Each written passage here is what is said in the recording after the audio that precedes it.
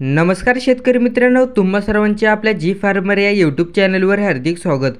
तर शेतकरी मित्रांनो, आपण आजच्या व्हिडिओमध्ये संपूर्ण महाराष्ट्राचा हवामान अंदाज पाहणार आहोत। तर मित्रांनो, व्हिडिओ स्किप न करता पूर्ण बघा। मित्रांनो, चॅनलवर नवीन असाल तर चॅनलला सबस्क्राइब करून बेल आयकॉन प्रेस करा। येणारे शेती संदर्भातील व्हिडिओ तुमच्या मोबाईलवर दिसून जातील।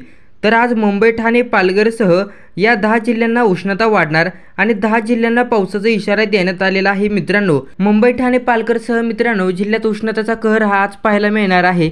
तर 10 जिल्ह्यांना हवामान विभागाने पावसाचा इशारा देण्यात आलेला आहे।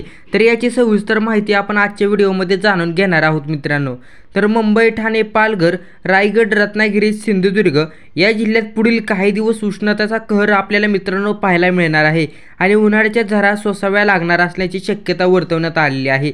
तर मध्य महाराष्ट्र, मराठवाडा, विदर्भात तुरळक ठिकाणी वादळी वारे, विजांसह पावसाची शक्यता वर्तवण्यात आलेली आहे। हवामान विभागाने दिलेल्या माहितीनुसार राज्यात शुक्रवारी अनेक ठिकाणी तापमान 40°C वर पोहोचले होते। जळगावमध्ये सर्वाधिक तापमानाची 42.7 अंश सेल्सिअस नोंद झाली होती। या व्यतिरिक्त चंद्रपूर 42.6 अंश सेल्सिअस झाली होती। दरम्यान मुंबई, ठाणे, पालघर, रायगड, रत्नागिरी, सिंधुदुर्ग या जिल्ह्यात आजपासून पुढील 3 दिवस उकाडा जाणवण्याची शक्यता आहे।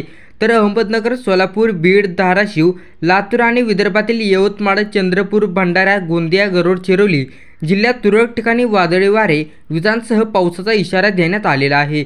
मुंबई हवामान विभागाने आजपासून 27 एप्रिल 2024 ते 29 एप्रिल 2024 पर्यंत महाराष्ट्रातील ठाणे, रायगड आणि मुंबईच्या अनेक भागात उष्णतेची लाट येण्याची शक्यता वर्तवण्यात आलेली आहे। यामुळे नागरिकांनी घराबाहेर पडताना काळजी घ्यावी असा इशारा हवामान विभागाने दिलेला आहे। तर मित्रांनो, ही होती आजची अपडेट। व्हिडिओ आवडला तर व्हिडिओला लाईक करा, चॅनलला सबस्क्राइब करा व व्हिडिओ इतरांना नक्की शेअर करा। धन्यवाद।